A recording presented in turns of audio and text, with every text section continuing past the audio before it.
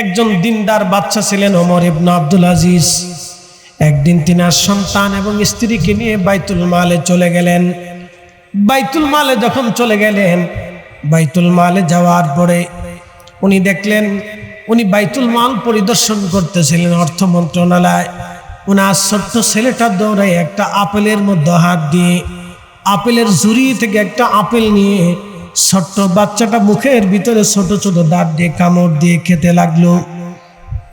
হযরত ওমর ইবনে আব্দুল আজিজ দৌড়াই চলে গেলেন, ছোট্ট বাচ্চার হাত চেপে ধরে আপেলটা সরিয়ে নিয়ে ঝুড়ির মধ্যে রেখে দিলেন, আর নিজের সাদা আঙ্গুলটা বাচ্চার মুখটা চেপে ধরে হা করাইয়া জিহ্বার ভিতর থেকে ওই আপেলগুলি বের করে নিয়ে চলে আসলেন।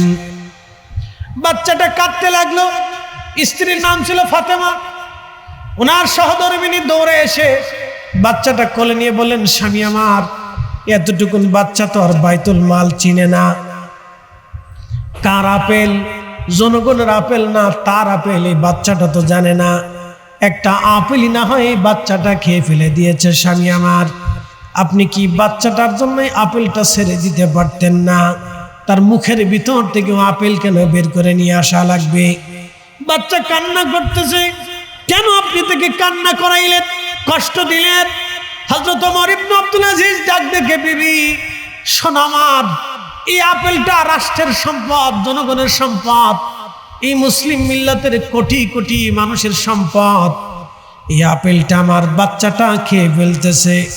আমি যদি আপেলটা তাকে দিয়ে দিই, কিয়ামতের ময়দানে এই আপেলের টুকরার জন্য আল্লাহ আমাকে আসামি বানাবে। আর ওই দিন আমি রবের আদালতে রবের সামনে দাঁড়াইয়া কোটি কোটি মানুষের সামনে লজ্জায় পড়ে যাব।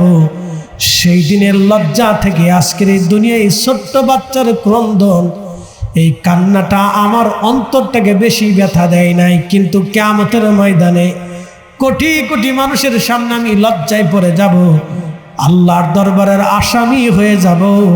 অতএব কোনো মতেই এই আপেল আমি আমার বাচ্চারে খেতে দিতে পারি না। একটা জবান বন্ধ থাকবে না।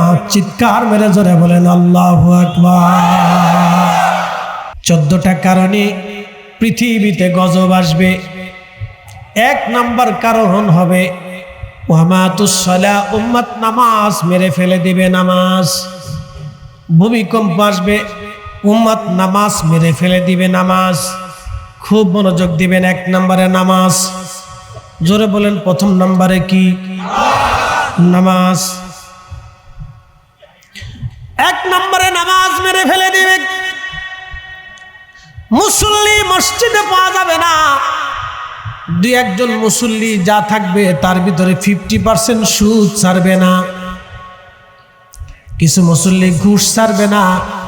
কিছু মুসল্লি আকাম কুকাম, গীবত, তহমত, শেকায়েত, পরনিন্দা, পরচর্চা, অন্যের ক্ষতির চিন্তা, এইগুলি ছাড়বে না। খুব মনোযোগ দিয়ে শুনবেন।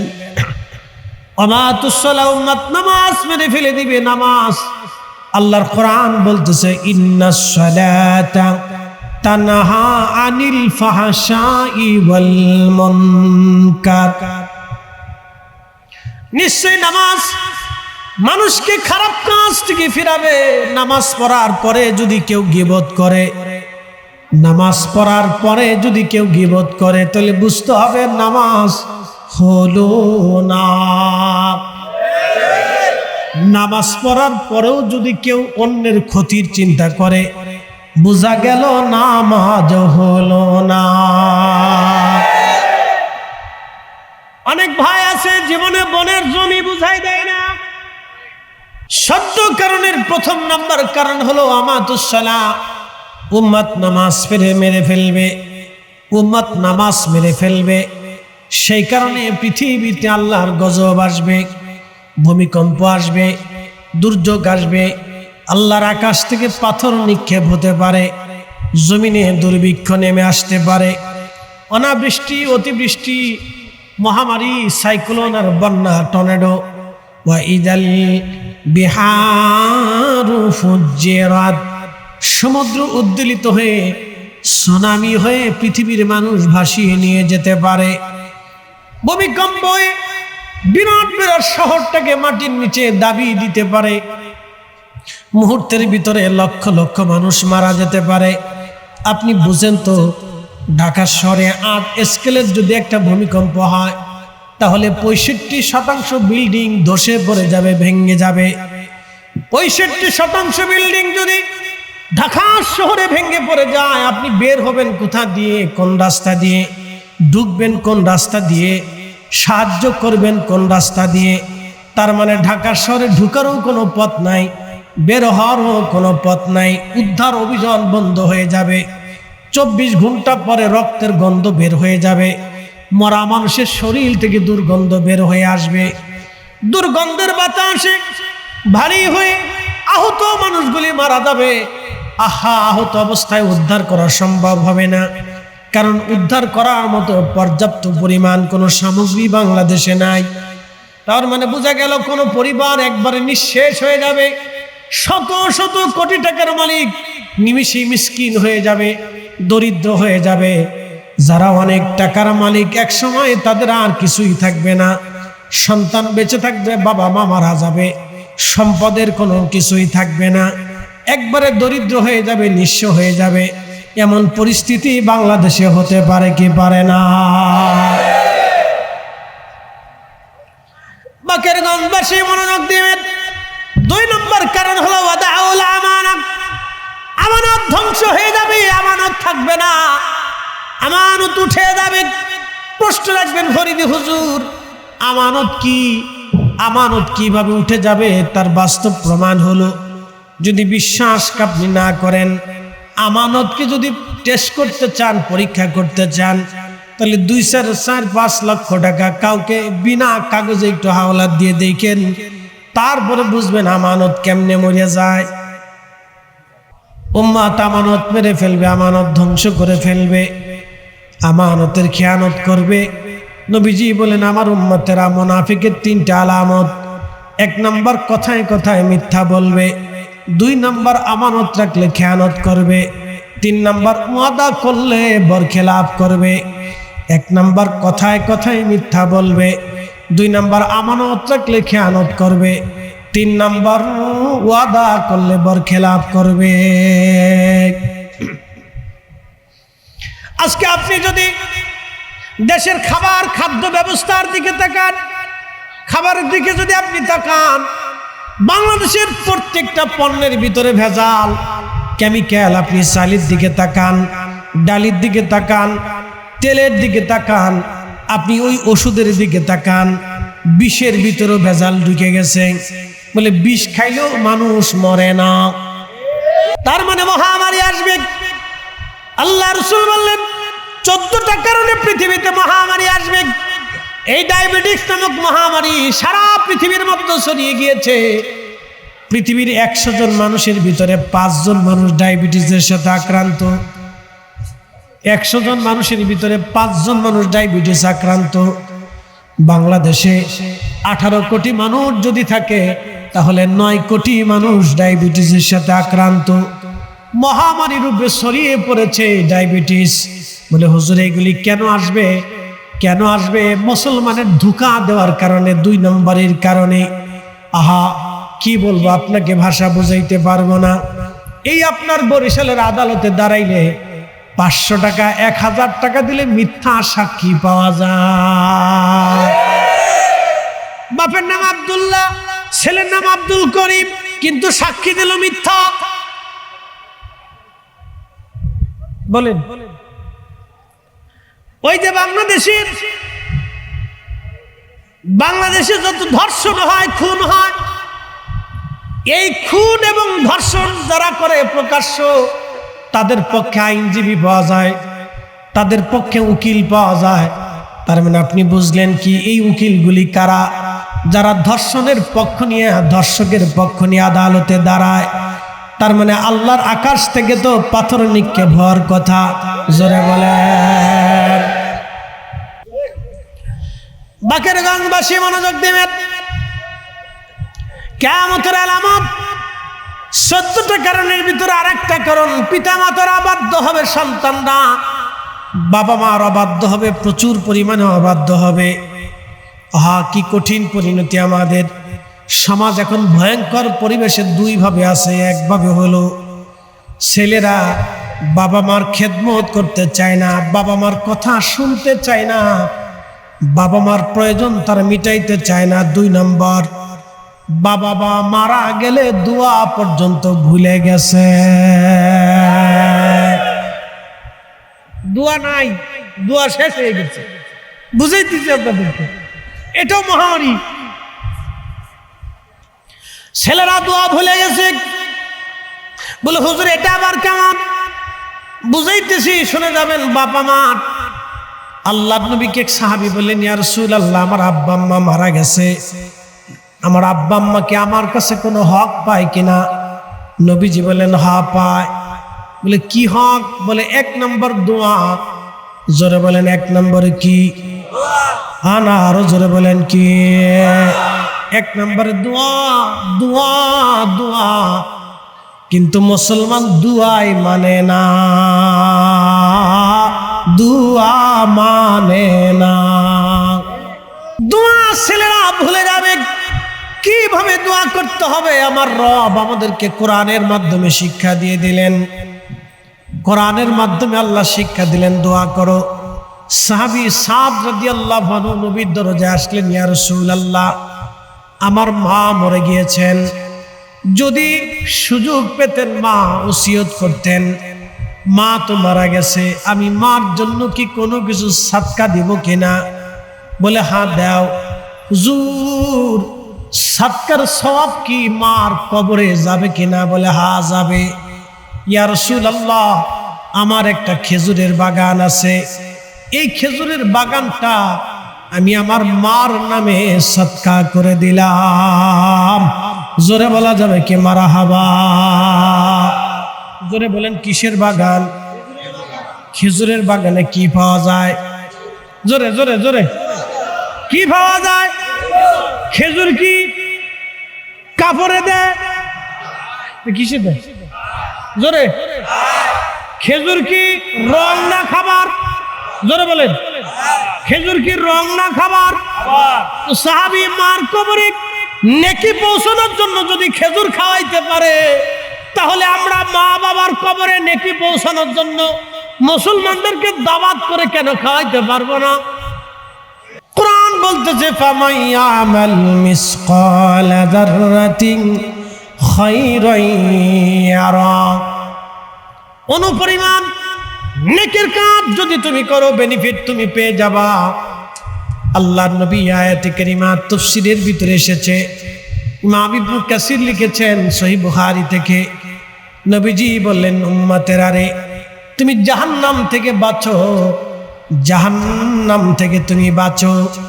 তোমার ভাইকে একটা খেজুর খাওয়াইয়া হলেও, তোমার মুসলমান ভাইকে, ভালো করে শোনেন বাকেরগঞ্জবাসী, তোমার মুসলমান ভাইকে একটা খেজুর খাওয়াইয়া হলেও জাহান্নাম থেকে তুমি বাঁচো, জাহান্নাম থেকে তুমি বাঁচো।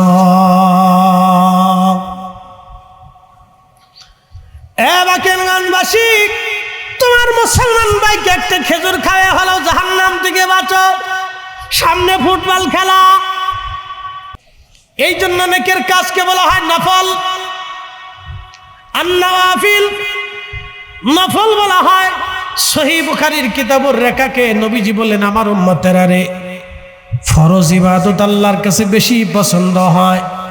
ফরজ ইবাদত শেষ হয়ে যাওয়ার পরে বান্দা যখন নফল ইবাদতে বসে যায়, আল্লাহর দরবারে হাত বাড়িয়ে দিলেন, তাসবিহ তাহলিলে বসে গেলেন, জিকিরে বসে গেলেন, আপনি কোরআন তেলাওয়াতে বসে গেলেন, দোয়ার ভিতরে বসে গেলেন, ফাতিহা পড়তেছেন, দোয়া করতেছেন। একটু বুঝে যান, আমরা যে ফাতিহা পড়ি, ফাতিহার মধ্যে 4টে কালাম আছে। এই 4টে কালামের ভিতরে 4 খতম কোরআনের নেকি আছে। একবার জোরে বলা যাবে কি মারহাবা? কয় খতম কোরআনের নেকি আছে? 4 খতম কোরআনের নেকি আছে। এই 4 খতম কোরআনের নেকি আজকে যদি 100 মানুষ আদায় করে, তাহলে 400 খতম কোরআনের নেকি পাওয়া যাবে। এই 400 খতম কোরআনের নেকি শুধু মনিরের ভাইয়ের আমল নামায় যাবে না, ওনার আব্বা আম্মার আমল নামায় দেওয়া হবে না। এই গ্রামে এই অঞ্চলের গোরস্থানের ভিতরে যত মানুষ চলে গেছে, আমরা দোয়ার ভিতরে বলেছিলাম, আল্লাহ যত মানুষ কবরে চলে গেল সবার কবরে এই কোরআন খতমের নেকি পৌঁছায় দাও। এই 400 খতম কোরআনের নেকি শুধু জনাব মনির ভাইয়েরা মা আত্মীয় স্বজনদের আমল নামায় যাবে না, আপনাদের সবার আপনজনদের আমল নামায় দিয়ে দেওয়া হবে। এটার নাম সদকায়ে জারিয়া, এটার নাম সদকায়ে জারিয়া। আওয়ালাদিন সলিহিন ইয়াদুলাহু, নেক আপনজনদের দোয়া, এই দোয়া কিয়ামত পর্যন্ত চলমান থাকবে, কিয়ামত পর্যন্ত চলমান। ভাই আমার, এই জন্য কোনো নেকের কাজকে ছোট করে দেখা যাবে না। আল্লাহ রাসূল বলেন, আমার উম্মতেরা রে, তোমরা একটা খেজুর খাওয়াইয়া হলো জাহান্নাম থেকে বাঁচার চেষ্টা করো। এই জন্য তরিকা মানতে হয়, সিলসিলা মানতে হয়। কেন সিলসিলা মানবেন, কেন ওলি আল্লাহ মানবেন, বুঝাই দিয়ে চলে যাই। ভাই আমার, খুব মনোযোগ দিবেন। কেন আল্লাহর ওলি মানবেন, কেন সিলসিলা মানবেন? নকশবন্দিয়া মুজাদ্দিদিয়া তরিকার ভিতরে যারা আছেন, কাদেরিয়া চিশতিয়া সাবিরিয়ার ভিতরে যারা আছেন, মনোযোগ দিয়ে শুনে যান। এক একটা তরিকতের বয়স শত শত বছর হয়ে গেছে। একজন আল্লাহর ওলির নাম অনুসারে একটা তরিকা আসছে। অনেকে বলবে তরিকা কি? আল্লাহ এবং রসুলের পথ বাদ দিয়া নতুন পথ না, তরিকা কোনো নতুন পথ না। একটা প্রেসক্রিপশন দিয়ে এক একজন রুগী এক এক ধরনের ওষুধ যেমন খায়, এই তরিকা হলো প্রেসক্রিপশনের মতো। এই তরিকা কোরআন সুন্নাহের একটা নির্যাস। একটা মানুষ কোন রাস্তায় চললে পথ পেয়ে যাবে, সহজ হয়ে যাবে, সেটার নাম তরিকা। যেমন বুখারী শরীফের হাদিস। আপনাদেরকে প্রশ্ন করি, হাদিস কি ইমাম বুখারীর না নবীর? জোরে বলেন। হাদিস তো নবীর, কিন্তু হাদিস তো বুখারীর না। হাদিস আমার নবীজির, কিন্তু ইমাম বুখারী সংকলন করার কারণে নাম হয়ে গেল বুখারী শরীফের হাদিস। মুসলিম শরীফের হাদিস, নাসাই শরীফের হাদিস, তিরমিজি শরীফের হাদিস, ইবনু মাজাহ শরীফের হাদিস। ঠিক এক একজন ইমাম তরিকা নিয়ে এসেছিলেন রাস্তা আনার কারণে। কেউ কাদেরিয়া, কেউ চিশতিয়া, কেউ নকশবন্দিয়া, কেউ মুজাদ্দিদিয়া। এইভাবে নকশবন্দিয়া, মুজাদ্দিদিয়া, এইভাবে তরিকা চলে আসছে দুনিয়াতে। ভাই আমার, খুব মনোযোগ দেবেন। আল্লাহর ওলিদের নামে চলে আসছে। এটা দুনিয়ার কোনো বানানো নতুন কোনো পথ না, এটা আল্লাহ এবং তার রসুলের দেওয়া রাস্তা। এই তরিকা যদি আপনি মানেন তো লাভ কি? আপনি মরে যাবেন, কিন্তু তরিকা মরে যাবে না। চিশতিয়া এখনো টিকে আছে, কিয়ামত পর্যন্ত চিশতিয়া থাকবে। নকশবন্দি এখনো টিকে আছে, কিয়ামত পর্যন্ত নকশবন্দিয়া মুজাদ্দিদিয়া থাকবে। যত মানুষ আসবে তরিকার ভিতরে, আপনি মারা যাবেন, কিন্তু তরিকা মারা যাবে না। ওই তরিকার সবক শেষ করে অনেকে দোয়া করবে, আল্লাহ এই সিলসিলার মধ্যে যারা কবরে চলে গেল তাদের কবরে আজকের এই মাহফিলের সওয়াব পৌঁছায় দাও, আজকের এই জিকিরের সওয়াব পৌঁছাও, এই ওজিফার সওয়াব তুমি পৌঁছায় দাও। 400 বছর ধরে যারা ঘুমিয়ে গেছে, 400 বছরের ঘুমানোর মানুষের কবরে নেকি চলে যাবে। একটু টাকা হাওলাত দিয়ে দেখেন, তাহলে আমানত বুঝবেন। আর দোকানে বাকি দিয়ে দেখেন, তাহলে আমানত চিনবেন। আমার অনেকে হুজুর বাংলাদেশের মতো সেরা মুসলমান পৃথিবীতে নেই। হয় এটা 1 নম্বর মুসলমান, দোকানে বাকি খাইলে ফেরত দেয় না। কি কথা খারাপ কইছি ভাই? দোকানে বাকি খাইলে ফেরত দেন। এই রোগের 100% মুসলমানের ভিতরে 95 জন একই রোগের রোগী, কিন্তু নামাজও পড়ে। নামাজও পড়ে। এই যে হজ করে আসছে, বহু মুসলমান হজ করিয়েছে। জিজ্ঞেস করেন হজ কয়জনের হয়েছে? বহু মুসলমান আছে সুদের টাকায় ধনী হয়েছে, বহু মুসলমান হয়েছে অন্যের টাকা মাইরে দিয়ে ধনী হয়েছে, এখন হজে গেছে, মক্কায় ধরে কান্দে, আল্লাহ মাফ করে দাও। আল্লাহ কেমনে মাফ করবে? বান্দা তো মাফ করে নেই। আস্তে কোনকে জোরে বলে, বান্দা তা আল্লাহ করবে কেমনে? আল্লাহর তো ওয়াদা আছে, বান্দা মাফ না করা পর্যন্ত আল্লাহ করবে না। বান্দা করবে কেমনে? আল্লাহ মাফ করবে কেমনে? মাফ করার সিস্টেম তো নেই। কিন্তু সে কাবা ধরে কাঁদছে, আরাফাতে কাঁদছে, মুজদালিফায় কাঁদছে, মিনাতে কাঁদছে, কাবা শরীফের গিলাফ ধরে কাঁদছে, মাকাম ইব্রাহিমে কাঁদছে, সাফা মারওয়ায় কাঁদছে, মদিনা মুনাওয়ারাতে এসে কাঁদছে, রিয়াদুল জান্নায় কাঁদছে, জান্নাতুল মসজিদে নববীতে কাঁদছে। মসজিদে নবীর ভিতরে বসে কাঁদছে, বাইরে বসে কাঁদছে। তো কানলে মাফ হবে কেমনে? বান্দা তো মাফ করে নাই, টাকা যে মারছিল আর তো ফেরত দেয় নাই। সরকারি চাকরি করছে, সরকারি টাকা মেরে খাইছে, ও তো 18 কোটি জনগণের টাকা।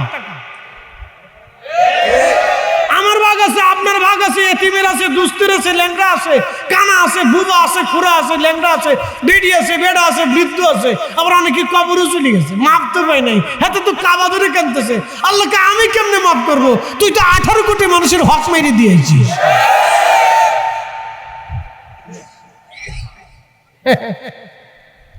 ওয়াজ বুঝে যায়, এটা হলো ওয়াজ। এগুলি শিখতে হবে আমাদের, এটা শিখতে হবে, এটা শিখতে হবে আমাদের। বহু মুসলমান হজ করে এসেছে কিন্তু হজ হয় নাই, ক্ষমা হয় নাই। বলে ক্ষমা কেমনে হবে? আল্লাহ অনেক মুসলমান আছে বাপ মারে ঠিক মতো খাইতে দেয়নি, চিকিৎসা দেয়নি, কিন্তু হজে চলে গেছে। এই কথা কর না কেন? বাপ মা মরে গেছে, বুঝে যান, বাবা মা কি হয়েছে? মরে গেছে, কিন্তু বাপ মার সেবা ঠিক মতো করে নাই। এখন হজে যায় কাবা ঘর ধরে কান্দে, আল্লাহকে আমি কেমনে মাফ করবো? তোর মা তো মাফ করে নাই, তোর বাপে তো মাফ করে নাই। তুই আরাফাতে এসে কানলে কি হবে? তোর আব্বাই মাফ করে নাই, আমি করবো না। আমি ঠিক করলেও ঠিক, না ঠিক করলেও ঠিক, যেটা করছি এটাই ঠিক। তাহলে ওর জিগে যা, তুই মাপ চাই নিয়ে আয়। 14 গোষ্ঠীতে শিক্ষার ফেরে মাফ করতে পারে কিনা? যা, হবে না। ওয়াজ শিখে যেতে হবে। মুসলমানের মূল নীতি নৈতিকতা এগুলো মুসলমান হারাই ফেলছে। মুসলমানের এখন আর নাই। মুসলমান আগে এরকম ছিল, মুসলমান দেখলে হিন্দুরা জানতো যে মুসলমান মিথ্যা বলে না, মুসলমান মানুষ ঠকায় না, মুসলমান মানুষ খুন করে না, মুসলমান নেশা করে না, মুসলমান হারাম খায় না, মুসলমান কারোর সাথে বেঈমানি করে না। আজকে আমরা দেখলে অন্য জাতির ডরা। আগের জাতি জানতো মুসলমানের কাছে গেলে নিরাপদ, মুসলমান মিথ্যা বলে না, মুসলমান মানুষ ঠকায় না, মুসলমান খুন করে না, মুসলমান ধর্ষণ করে না, মুসলমান এই কারো ক্ষতি করে না, মুসলমান কারো অনুমতি ছাড়া কারো মাল ধরে না। আমরা মুসলমান সেই নীতির উপরে নেই, কি আসি নাই। এই জন্য গজব আসতেছে, অপেক্ষা করে, ওটা আসবে, ভূমিকম্প আসবে, মহামারী আসবে, দুর্ভিক্ষ আসবে, অগ্নিপাত হবে, আকাশ থেকে পাথর আসতে পারে। নবীজি বলছেন তাসবিহ দানা ছেড়ে দিলে যেইভাবে top top top top top top করে পড়তে থাকে, আসমানি গজব ওইভাবে আসতে থাকবে, তোমরা দিশেহারা হয়ে যাবে। বলে কি হয়েছে? বিষও বেজা। আমানত আছে, আজকে আমার দিকে দেখেন, আমানত আছে, আমানত তো মরে গেছে। বিষের ভিতরে ভেজাল, সালি ভেজাল, ডালি ভেজাল, পানিতে ভেজাল, ওষুধে ভেজাল, পথ্যে ভেজাল, খাবারে ভেজাল, ফলে ভেজাল। এই জন্য বাংলাদেশের 3 কোটি মানুষ কিডনি রোগের সাথে সম্পৃক্ত। 18 কোটি মানুষের ভিতরে প্রায় 10 কোটি মানুষ ডায়াবেটিসের সাথে আক্রান্ত। কি আপনারা কি ডায়াবেটিসকে কি ছোটখাটো রোগ মনে করেন? ওটা তো আপনার মানব দেহরে শেষ করে দেয়। কি কথা ঠিক আছে না? কোন যুবকের ডায়াবেটিস যদি হয়ে যায় তাহলে তার লাইফ শেষ, মরণ ব্যাধি না? তাহলে মরণ ব্যাধি যদি হয় তাহলে এটা কি রহমত না গজব? আসতে করেন না, জোরে বলেন। গজব, কিন্তু গজব, এটা গজব। আর আমরা কিছু হুজুরে আছি খালি মিলাদ বন্ধ করে দেয়, উনি মিলাদের পিছনে লাগছে না, উনি মিলাদের নবীর দুরুদের পিছনে লাগছে। আর আরেক গ্রুপ আইছে, ও 8 টাকা তারাবি বানাবি, জোর করে হলো বানাবি। এই আসতে কেন, জোরে বলেন না। উনির ওয়াজ খালি 8 টাকার তারাবি, এরা ছাড়া আর কোনো ওয়াজ জানে না। ঘুরে ফিরে খালি 8 টাকার তারাবি, ঘুরে ফিরে খালি বুকের উপরে হাত বেঁধে নামাজ পড়া, ঘুরে ফিরে রফল আদিন করতে হবে, ঘুরে ফিরে ভেতরের নামাজ 1 রাকাত পড়তে হবে। উনি চ্যালেঞ্জ দেয়, আমি চ্যালেঞ্জ করলাম। শোনেন, এটা যদি হযরত ওমরের খেলাফত থাকতো তাহলে এখানে জুতা দিয়ে বাইরে গিয়া মুসলমান মিল্লাত থেকে বাইরে গিয়া মুসলমানদের জামাত থেকে বের করে দিত, সরিয়ে যা শয়তান কোথাকার। তোরে আল্লাহ এই 8 টাকার তারাবি বানানোর জন্য দুনিয়াতে পাঠাই নাই, তোরে পাঠাইছিল আল্লাহ সাফ কায়েম করার জন্য। এই কথা জোরে বলে, ন্যায় বিচার প্রতিষ্ঠিত করার জন্য।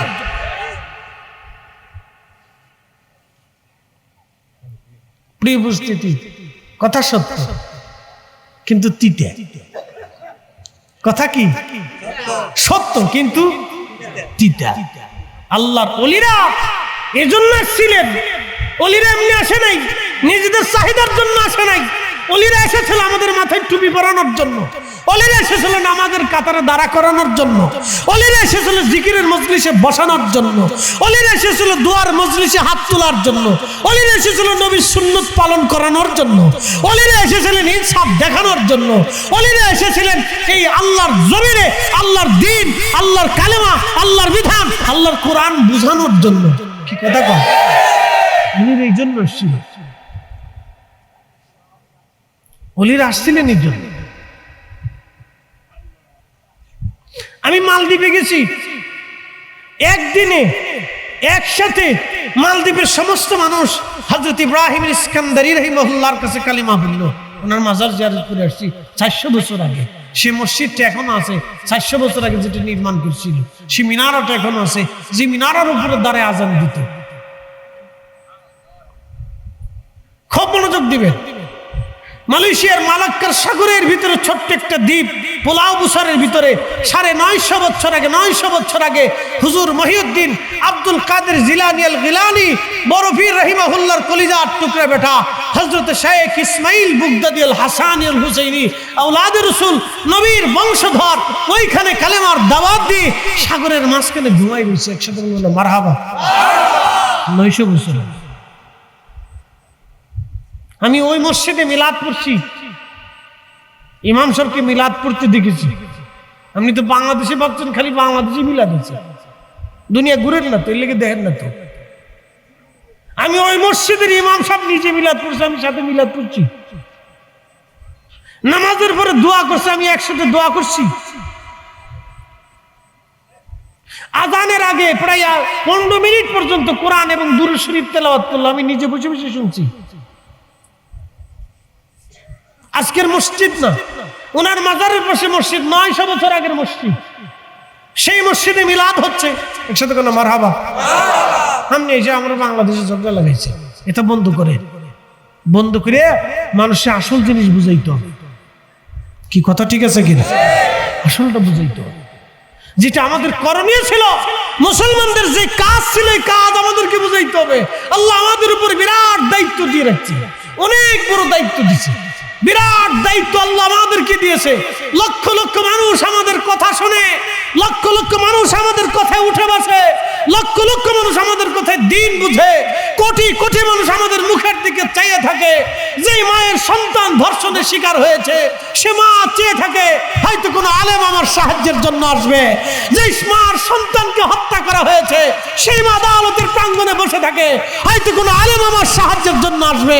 আমরা আলেমরা কি করছি? কিছু করতে পারি, কিচ্ছু করতে পারি। কথা শুনতে তিতা শোনা যাবে, কথা সত্য। ডোন্ট মাইন্ড, মনে কিছু নেবেন না, কেউ তার নিজের উপরে চাপিয়ে নেবেন না যে হুজুর মানে আমাদেরকে এসে কষ্ট দিচ্ছে না। কষ্ট দেওয়ার জন্য কোনো কথা বলতেছি না।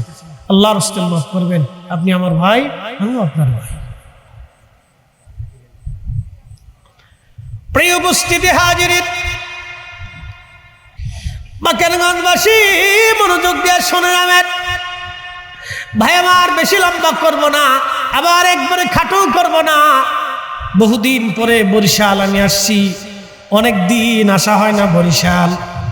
বহুদিন আগে এসেছিলাম, আমার আসার সুযোগ হয় নাই, সময়ের ব্যস্ততায়। আপনারা টাইম দেন হলো খুব অল্প, এই অল্প টাইমে সময় দিতে পারি না। আগামী বছর টোটাল ফিল আপ, মানে আপনি যদি আগামী বছর চান তাহলে আমরা পাবেন না। আমার নিতে হবে আবার 27 সালের ওই ডিসেম্বর দেয়, ওদিকে এই বছরই ফিল আপ দিতে হবে। তো সিস্টেম হলো, তো অনেকেই যারা ও অন্যান্য অঞ্চলে প্রোগ্রামগুলি করে ওরা আগে সেটিং দিয়ে ফেলে দেয়।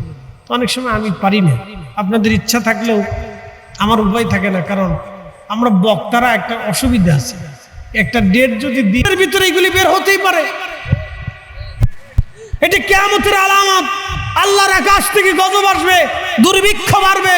উন্নত বিশ্ব তো বাবা মার খোঁজ খবর নেয় না, সব বৃদ্ধাশ্রমে দিয়ে দেয়। ওই যে পশ্চিমা দেখতেছেন, পশ্চিমা করি, জাপান কোরিয়া দেখি, চীন দেখি, ও সব বুড়া বৃদ্ধাশ্রমে দিয়ে দেয়। বুড়া গেলে সব বৃদ্ধাশ্রমে পাঠায় দেয়, কেন এটি আমাদের সাথে রাখা যাবে না, বুড়ো হয়ে গেছে গাছ, এটি রিজেক্টেড মাল, এটির ভ্যালু নাই। কথা কর না, বেশি কথা কয়, খালি খাইতে চায়, জ্ঞানের করে, শরীর থেকে দুর্গন্ধ আসে, জায়গা থেকে পেশাব পায়খানা করে দিল, এগুলি তাদের আর পছন্দ হয় না। এই বিপদ আমাদের দেশে মুসলমানদের ভিতরে ধেয়ে আসতেছে। যদি বাঁচতে চান তাহলে এখনই সতর্ক হতে হবে। কথা বলেন ঠিক না বেটে? হ্যাঁ, বুঝে যান। কিয়ামতের আলামত। সে ধরা পড়ে গেছে। বলে হুজুর কি ধরা পড়ল? নবী বললেন 1 নম্বর দোয়া। আল্লাহর মেহবুব বলেন 1 নম্বর দোয়া, অধিক পরিমাণে বাবা মার জন্য দোয়া করতে হবে। আমার রব, দোয়ার ভাষা কেমন হবে আল্লাহ নিজে শিখাইলেন। আমার সাথে বলেন, রাব্বির হামহুমা কামা রব্বায়ানি সগীরা। আবার বলেন, রাব্বির হামহুমা কামা রব্বায়ানি সগীরা। আল্লাহুম্মা সাল্লি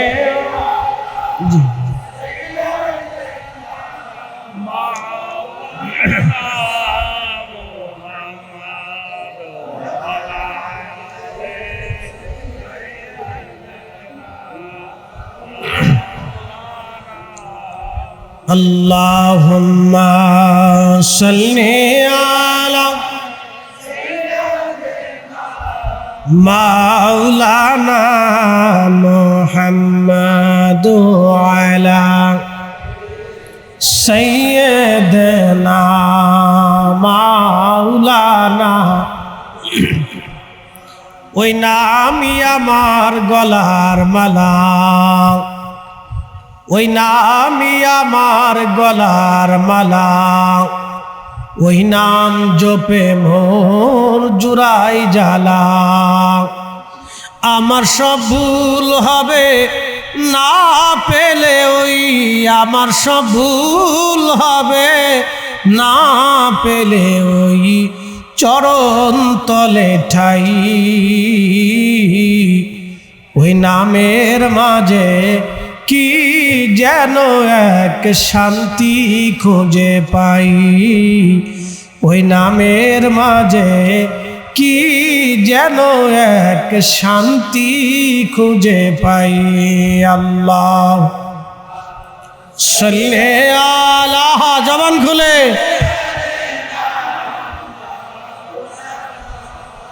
মুহাম্মাদ আলা আলি সাইয়্যিদিনা।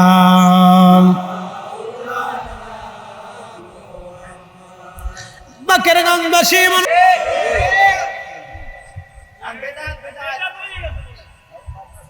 কি আসতে কোন কে জোরে বলেন, আমার বুঝলাম।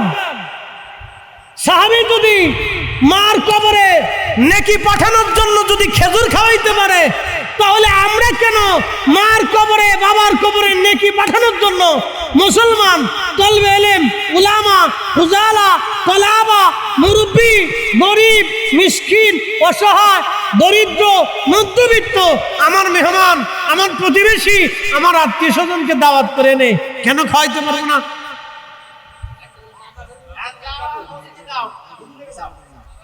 তাহলে খাওয়ানো যাবে। যেহেতু সাহাবী খেজুর খাওয়াইছে, তাহলে আমরা খেজুর না পারি জিলাপি খাবো, কোনো হালাল খাবার যাই হবে খাবো। কি কথা কর না কেন? ঠিক আছে কিনা? আমি মালয়েশিয়াতে গেছি, শুনে মালয়েশিয়ার একটা সুন্নত আমার কাছে খুব ভালো লাগছে। মালয়েশিয়ার কুয়ালালামপুরের একটা মসজিদ আছে, এই মসজিদে জামে বলা, একবারে প্রথম এই এলাকার প্রথম মসজিদ, অনেক বছর বয়স। এই যে আপনাদের এখানে একটা মসজিদ আছে না, কত বছর বয়স হবে? 300 বছর না? একসাথে কেন আল্লাহু আকবার। 300-র উপরে। 300। তাহলে আপনার দাদা ওই মসজিদ দেখছে, দাদার ওই তালুও দেখছে, ওই হয়েছে কাজ। তাহলে ওই 300 বছর আগে ধরেন, তাহলে কবে যে হয়েছে তার হিসাব নাই। যাক আলহামদুলিল্লাহ। তো ওই রকম প্রাচীন এক মসজিদে গেলাম আমি নামাজ পড়তে মালয়েশিয়া। যাওয়ার পরে দেখি বিরাট বড় ডেকসি। এই যে ডেকসিতে ওই যে আমাদের দেশের তবলিগের ভাইরা আছে না, বড় ডেকসির ভিতরে একসাথে খায় না, এরা সবাই 4-5 জন মিলে বসে খায়। ওইরকম একটা বাসন আপনার সিলভারে, এর ভিতরে কলা আছে, বিস্কিট টিস্কিট আছে, পাশে পানি আছে, চা আছে, কফি আছে। তাই আমি বললাম কি ব্যাপার, এত কলা কে, বিস্কিট টিস্কিট নাস্তা টাস্তা আছে? বলে হুজুর এই মুসলমানরা নামাজ পড়তে আসে, তারপরে কলা টলা খায়, মেহমানদেরই ব্যবস্থা। বলে এটা কত সময়? একবারে ফজরের রক্ত থেকে শুরু হয়, এশা পর্যন্ত চলে। মারহাবা কর, কয়েক তো জোরে কর। তো এই মসজিদের সামনে যদি এইভাবে কলা রেখে দেন তাহলে কি হবে? জোরে কর। কলার জান শেষ না? কলা বলবো যে কোন দেশে জন্ম নিলাম।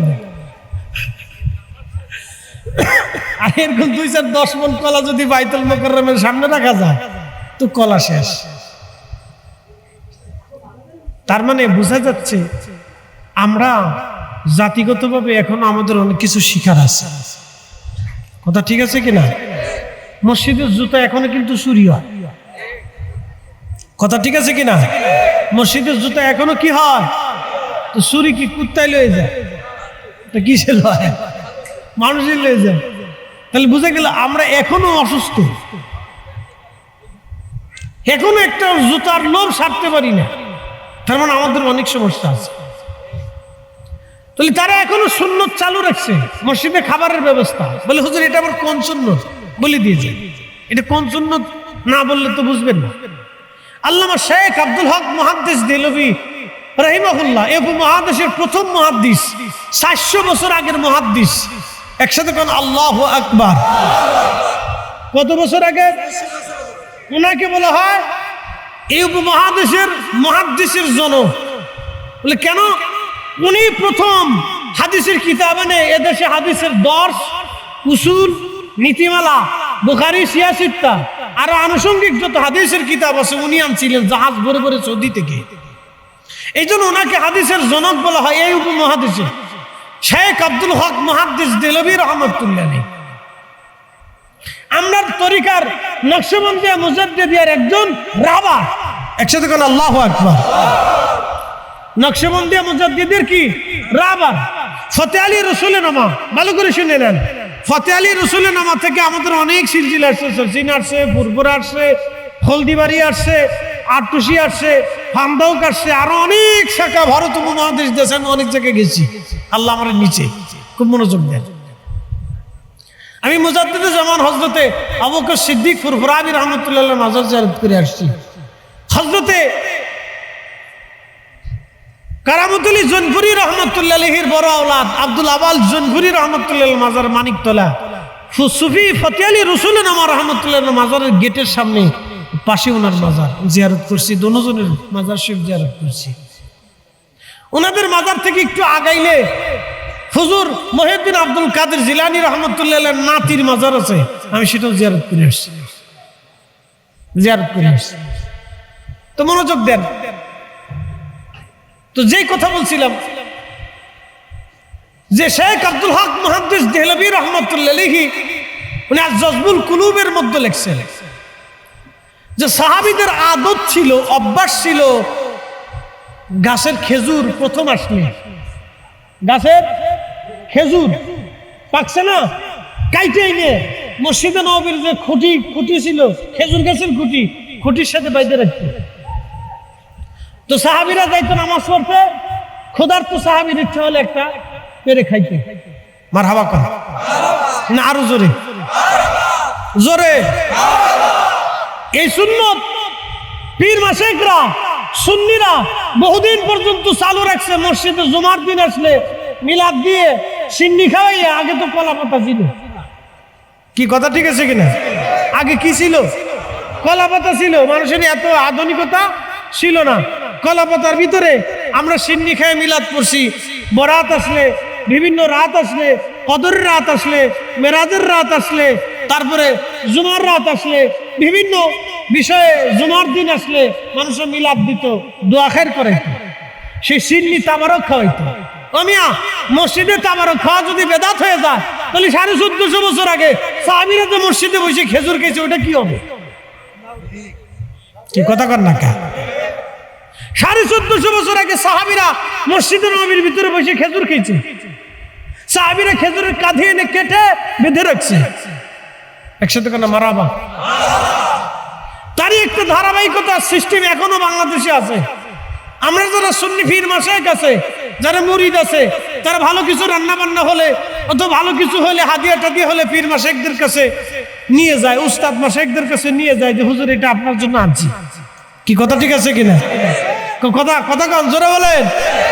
অনেকে বুঝুক আর না বুঝুক কয়ে দিছে যে আত্মীয় গরু নিয়ে আসাল নেওয়া, ডাল নেওয়া বেদাত। এগুলো বলাটা ঠিক না, আগে বুঝে নিতে হবে কিসের উদ্দেশ্যে নিল, উদ্দেশ্যটা কি, নীতিমালা কি, আপনাকে বুঝতে হবে। রাগারাগি করলে তো হবে না। আপনি আটশি নিবেন কেন? আপনি সরসিনা নিয়ে যান, ফুরফুরা নিয়ে যান, জোনপুর হুজুরে দেন, আপনি সরমানের হিসাবে দেন, অসুবিধা নাই তো, কেউ আপনার নিষেধ করে নাই। আপনি আপনার ইমাম সাহেবরে দেন, আপনার শ্বশুররে দেন, আপনার চাচারে দেন। আরে ফতোয়া মারতে মারতে তো এমন অবস্থায় নিছেন যে ভাতিজা জীবনে চাচারে একক তো দাওয়াত করে হয় না। কি আসতে কনকে জোরে বলেন। অথচ চাচা ছিল ভাতিজার বাবার সমতুল্য। কিসের সমতুল্য? বাবার সমতুল্য। বাবার সমতুল্য ছিল। বাবার বর্তমানে চাচা, মায়ের বর্তমানে খালা। এ জাতি তো উম্মত ইসলাম ভুলে গেছে। তো ইসলামের মৌলিক দিক মুসলমানদের এখন আর নাই। চাচা বাবার সমতুল্য। রাসূল কারীমের জিন্দেগীর দিকে তাকান। চাচা আমির হামজার জন্য সারা জীবন কেঁদেছিলেন। চাচা আব্বাস রাদিয়াল্লাহু আনহুর জন্য কেঁদেছিলেন। ফাতিমা রাদিয়াল্লাহু আনহার জিন্দেগীর দিকে তাকান। প্রত্যেকদিন সুনানে বাইহাকি সুনানুল কুবরার ভিতর হাদিস এসেছে, সাইয়্যিদাতুন নিসাই আহলুল জান্নাহ ফাতিমাতুজ জাহরা। যদি কোনোদিন মসজিদে নববীতে যান, আপনাদেরকে ঠিকানা দিয়ে দেই। মসজিদে নববীর যে 7 নম্বর গেট দিয়ে আপনাদেরকে জিয়ারতের উদ্দেশ্যে ঢুকাবে, ওই 7 নম্বর গেট দিয়ে বরাবর যদি আপনি চলে যান, একটা মসজিদ পাবেন, মসজিদে আলী। মসজিদে আলীর পরেই আরেকটা মসজিদ পাবেন, মসজিদে আবু বকর। তারপরে আরেকটা মসজিদ পাবেন, মসজিদে কামামা। তো মসজিদে আলী যেটা, এটা কখনো মসজিদ ছিল না, এটা মসজিদে রূপান্তর করে রাখা হয়েছে। এটা ছিল হযরত ফাতেমা রাদিয়াল্লাহু আনহার বাড়ি। এখান থেকে ফাতেমা জুমার দিনে উটের হাওদার ভিতরে চলে, তিনি উট নিয়ে হাঁটতে হাঁটতে হাঁটতে হাঁটতে উহুদে যাইতেন। দাদা সৈয়দুশ শুহাদা আমির হামজা রাদিয়াল্লাহু তাআলা আনহু, তিনার মাজারের পাশে, মাকবরার পাশে, কবরের পাশে দাঁড়াইয়া ফাতেমা দোয়া করতেন আর দাদার জন্য কাঁদতেন। এই আমার দিকে তাকান, বহু নাতি টিকটক করে। ইস বেডির ঘরের বেডি, বহু নাতি টিকটক করে, বহু নাতি ফেসবুক চালায়, বহু নাতনি ওই আপনার কি বলে মোবাইল চিপে, কিন্তু দাদা দাদা নানা নানির কবর জিয়ারত দোয়া ভুলে গেছে। কি হয়েছে? ভুলে গেছে। যত ফতোয়া মারবেন তত শেষ হয়ে যাবে, কিছু থাকবে না। যত মুসলমানদেরকে সরাবেন, যত সুযোগ দিবেন, তত সুযোগ পেয়ে যাবে। এত সুযোগ দিয়ে না, এত সুযোগ দিয়েন না। আমার দিকে তাকান, ভালো করে বুঝে যান। বাংলাদেশের কোন বাড়ির সামনে কি নাম ঠিকানা, কয়জন এই বাড়িতে থাকে, কোন কোন নামে থাকে লেখা আছে? নাই। তোর বাড়ির সামনে লেখা আছে না? তোর নাম, তোর আব্বার নাম, তোর দাদার নাম, তোর 14 গোষ্ঠীর নাম লেখা আছে না? কিন্তু ইটালিতে যায় দেখেন সব লেখা থাকতো। এই ঘরের ভিতরে কয়জন থাকবে লেখা থাকবে, কোন নাম্বার সহ লেখা থাকবে, তাদের ভোটার আইডি সহ, যে তাদের জাতীয় পরিচয়ের আইডি সহ লেখা থাকবে। সিঙ্গাপুরে চলে যান, যান, একটু রাস্তায় থুতু ফেলানোর সাথে আপনার নামে মামলা হবে, জরিমানা হবে $400, $200, $300, বাংলাদেশের টাকা 25,000, 30,000 জরিমানা হবে, আপনাকে দিতেই হবে। প্রেসিডেন্ট ফোন দিলেও ছাড়বে না, দিতেই হবে। এরকম আইন যদি বাংলাদেশে করে দেওয়া যেত তাহলে বাঙালিরা কালকে দেখবেন রাস্তায় নেমে গেছে যে আমার ঘর, আমার বাড়ি, আমার নাম লেখা লাগবে কা, আমি থুতু ফেলবো, সরকার আমার মামলা দেবে কা। বাঙালিরা যেমনি পানের সিট ফেলা, ওটা সৌদি আরব গেলে বোঝা যায় যে এটা বাঙালি পাড়া। কি কথা কথা কে, স্বাধীনতা যত বেশি দিবেন জাতি তত খুন খারাপের দিকে চলে যাবে। দেখেন না মারামারি লাগলে এই গ্রাম আর ওই গ্রাম টেডা নিয়ে নামে, টেডা, বাপ রে বাপ।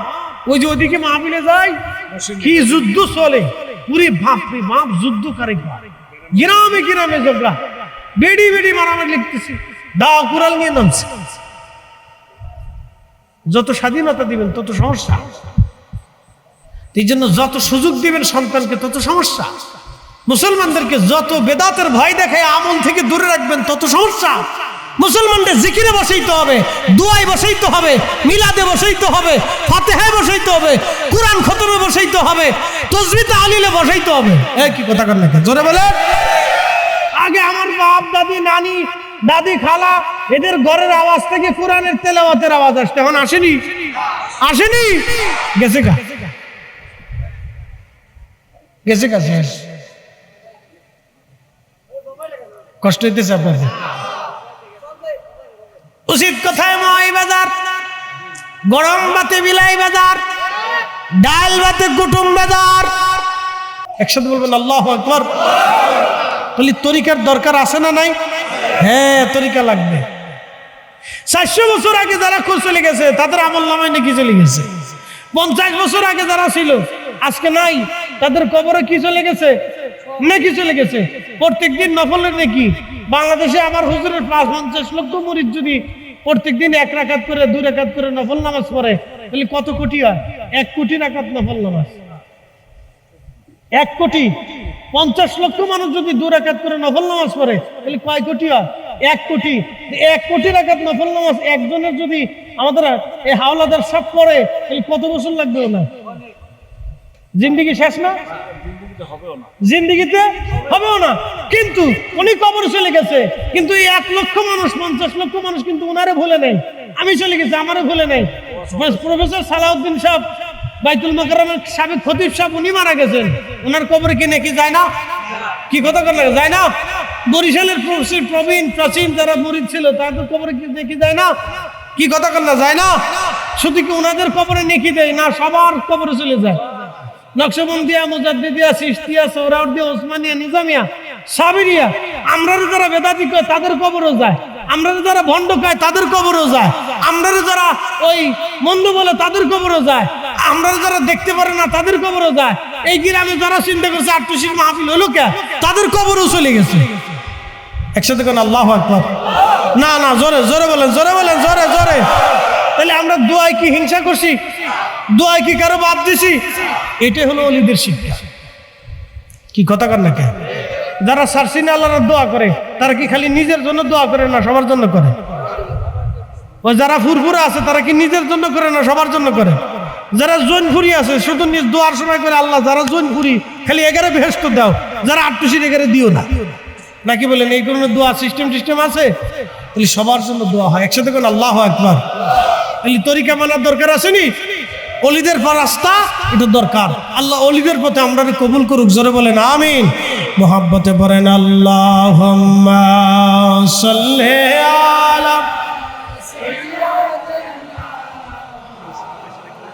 অনেক সময়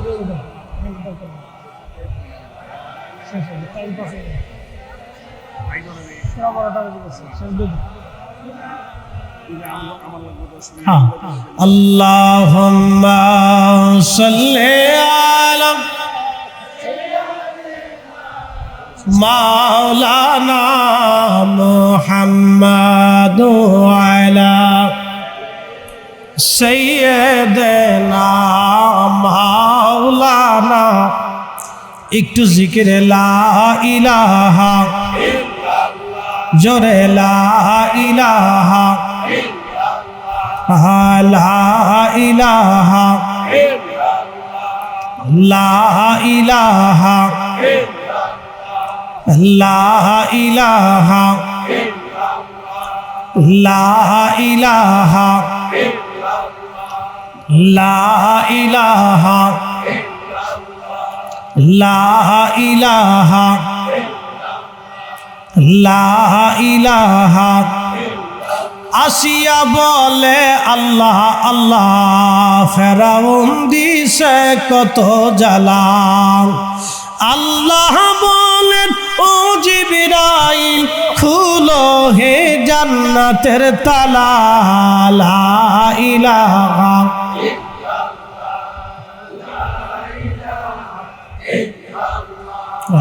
লা ইলাহা লা ইলাহা ইল্লাল্লাহু মুহাম্মাদুর রাসূলুল্লাহ সাল্লাল্লাহু আলাইহি ওয়াসাল্লাম। আমার নীতি দীর্ঘ আলোচনা আপনাদেরকে কিছু আলোচনা শুনেছি। কেউ মনে অজান্তে কষ্ট বলে আল্লাহর রাস্তে মাফ করবেন। আল্লাহ বলেন ইন্নাল্লাহা ইয়া'মুরু বিল আদল, নিশ্চয়ই আমি তোমাদেরকে নির্দেশ দিলাম, আদেশ দিলাম, তোমরা দুনিয়াতে ন্যায় করবা, অন্যায় করবা না। ইন্নাল্লাহা ইয়া'মুরু বিল আদল ওয়াল ইহসান, দয়া করবা, ইহসান করবা, ন্যায় কাজ করবা, ন্যায় বিচার করবা, ন্যায় পথে চলবা, ন্যায় অনুযায়ী কথা বলবা, ন্যায়ের পক্ষে থাকবা, ন্যায়ের জন্য লড়াই করবা, ন্যায়ের সাক্ষ্য দিবা, ন্যায়ের রাস্তা অবলম্বন করবা, ন্যায় পথে চলবা, ন্যায়ের বাক্য বলবা, ন্যায় কাজে সহযোগিতা করবা। বলে ইহসান, তোমরা দয়া করবা, বলে ইহসান, তোমরা দয়া করবা। এই জন্য কিছু কথা আপনাদেরকে শুনেছি। আসেন, জমিন আল্লাহর, আসমান আল্লাহর, আসমান জমিন আল্লাহর। এখানে সাগরের আপনাদের নদীর জোয়ার আসে, খোদার হুকুমে আসে। জমিনের নিচ থেকে শস্য আসে, খোদার হুকুমে আসে।